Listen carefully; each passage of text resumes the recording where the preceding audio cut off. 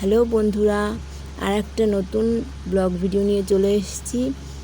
পুরো ভিডিওটা দেখার অনুরোধ রইল। আর হ্যাঁ, তুমি যদি চ্যানেলে নতুন হও অবশ্যই চ্যানেলটা সাবস্ক্রাইব করে বেল আইকন প্রেস করে পাশে থাকবে। দেখো আমি রেডি হয়ে গেছি। কেন বলো তো, আজ নীল পুজো, তার জন্যে মন্দিরে যাওয়ার জন্য তৈরি হয়ে নিয়েছি।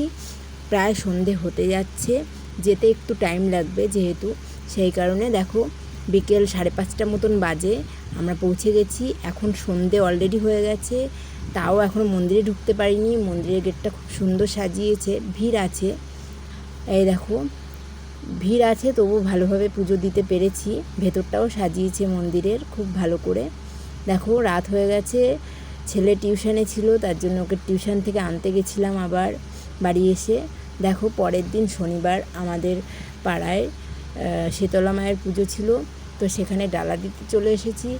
মায়ের মূর্তিটা খুব সুন্দর হয়েছে। টাটা, বাই, দেখা হবে অন্য